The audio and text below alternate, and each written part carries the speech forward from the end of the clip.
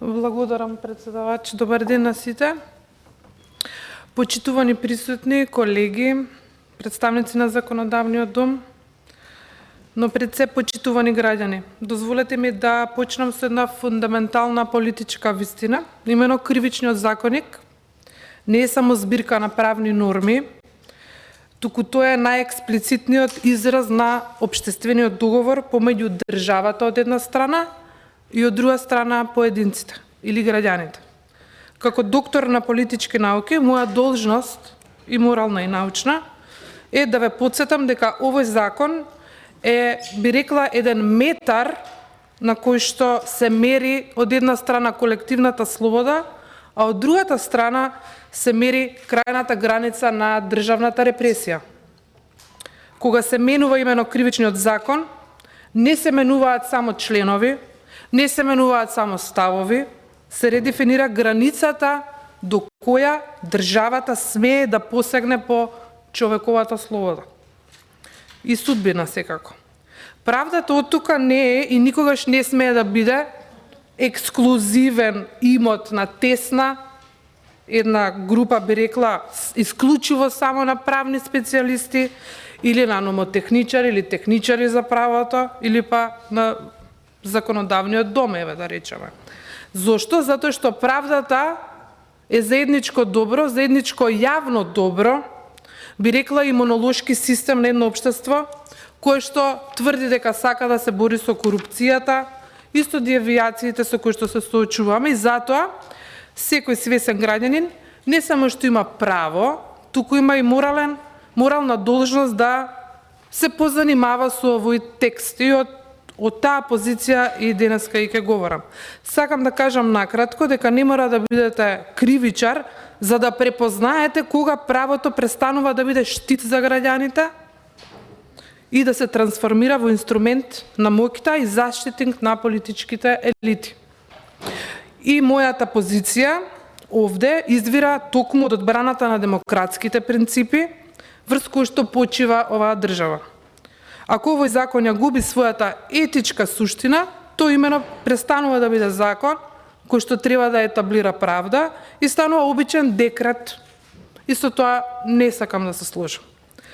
Анализата на овој предлог денеска на која што ќе елаборирам ги разобличува неговите структурни дефицити кои што ги воочив, дефинирајќи го како задоцната правда, и друг некој исто кажа, слушнав пред некој ден на вести, правна козметика, и тоа го слушнав и со тоа се сложувам, која не само што не ја поправа штетата врз владењето на правото, туку отвора дополнителни нови патишта за репресија и за безбедносен популизам.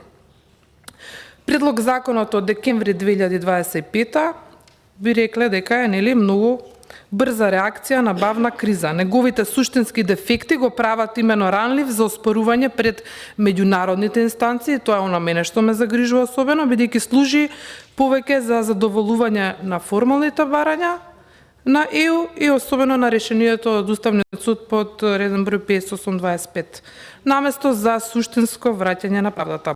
Затоа во моето денешно излагање ќе биде структурирано кратко и јасно. Ќе се осврнам на клучни столбови кои што мислам дека треба да се даде посебно внимание во овој сегашен предлог.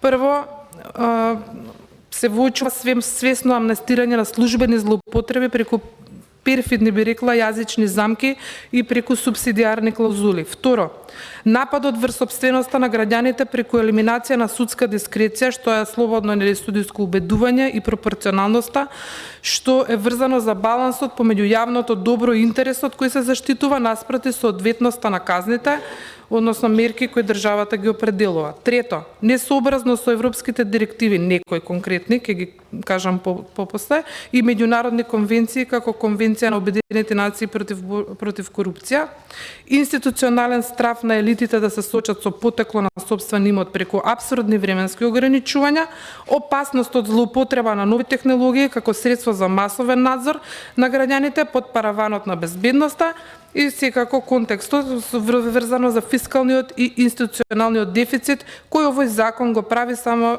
една празна, да речам, популистичка школка.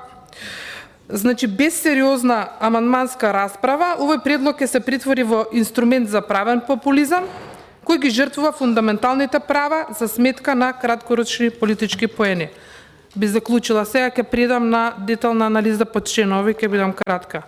Кај член 130, повеќе од само бришење на предлогот или потреба од гонење по службена должност, морам да истакнам дека интервенцијата е само делумна, значи тука само се брише делот за жртвата да поднесе предлог за кривично гонење, што значи дека повеќе нема ограничување да мора само жртвата да поднесе предлог како услов сторител да се гони кривично.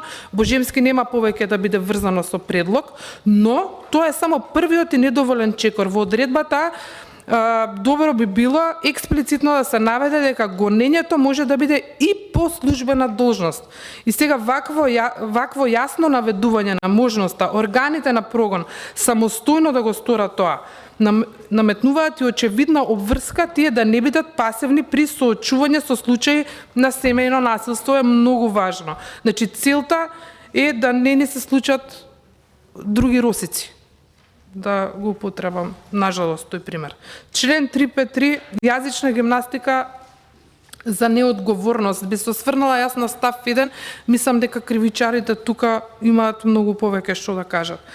Значи, би сакала да запрашам зошто во членот 353 став 1 свесно се ограничува исклучиво на имотна корист, значи, при што е сфрлена клучната намера на друг да му се нанесе штета.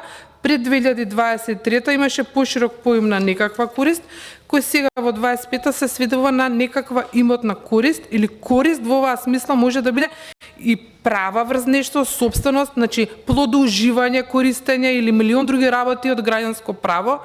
Корист може да биде и незаслужено вработување, незаслужено назначување на функција, избор или слично.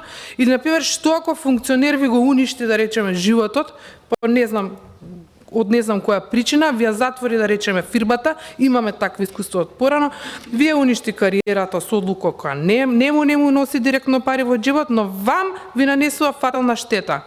Или пак на оштетениот му ги спречи или ограничи правата за нешто од позиција на државен авторитет. Според тоа, со овој предлог сега како што е, тој би бил заштитен. Значи, субсидијарната клаузула во случајот дека по тешкото дело ќе ги повреди правата на друг, ако не се исполнети други обележја, станува мртво слово на хартија, исто како и во нестрикните измени од претходно. Така што ова е правна тврдина за заштита на функционерите. Член 98, имоти магичната граница од 5 години. Иако членот 4 се повикува на директива, формулацијата дека судот е уверен е премногу субјективен и опасен стандард кој води кон арбитрарност, феноменолошки. Но она што е навистина скандалозно е временско ограничување за конфискација на имот на само 5 години наназад. Сега да прашам, дали криминалот застарува во моралната свест на овој народ за 5 години? Па што ако некој се збогатил, украл, направил некоја голема штета и пред 7, пред 10, пред 12, не знам колку години. Тој рок треба малку да се обмисли паметно. Значи, според овој закон, вака што е во оваа форма, во ваква ситуација тој би испаднал честен граѓанин. Зошто да не е границата, да речеме, 15 години? Или до 91, значи сега дискутирам отворено. Така што да го провериме поттеклото на имотот од поодамна, па да видиме кој како стекнал разни облици на материјална, нематеријална корист и така натаму. Зошто ова го зборувам? Затоа што ова ограничување, како што е сега во законот, е капитулација пред корупцијата и директно ги крши препораките на Конвенцијата на Обединените нации против корупцијата, врзана за ефективни и одвраќачки санкции. Член 300б сообраќај на безбедност наспроти репресивен популизам. Облигаторно одземање на возило со зборови ке се одземе е директен упад, односно атак врз судска дискреција. Европскиот суд за човекови права во случај Јалали против Србија и Маркус против Латвија е многу дециден. Задолжителна конфискација која не дозволува судија да изврши оцена на пропорционалноста е повреда на правото на сопственост.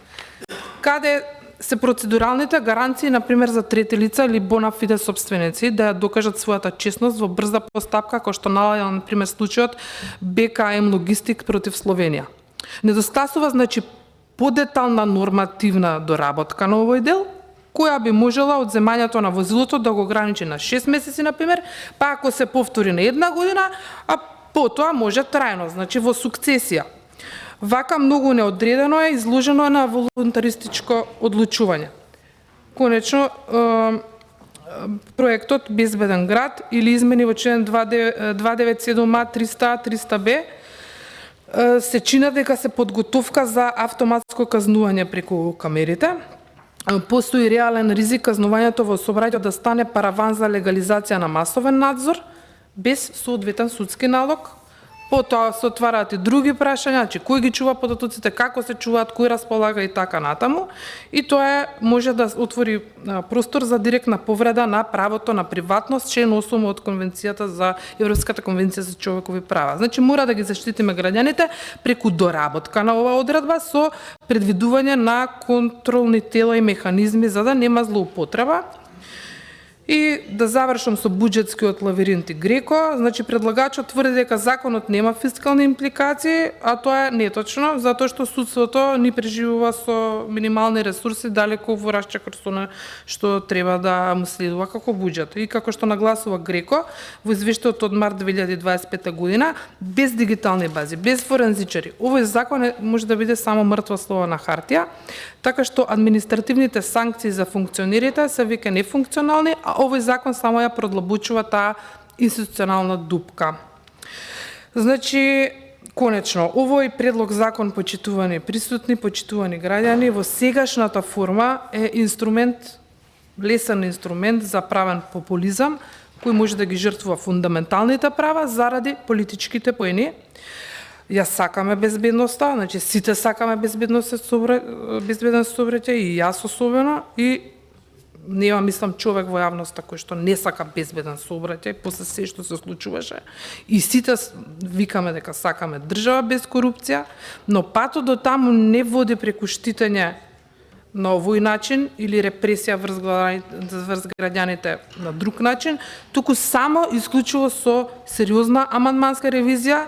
И тогаш ова може да стане, да се претвори од правна козметика, да се претвори во нешто што може да ја реши кризата поврзана со правдата во земјава. Се надевам дека не надминав многу од времето.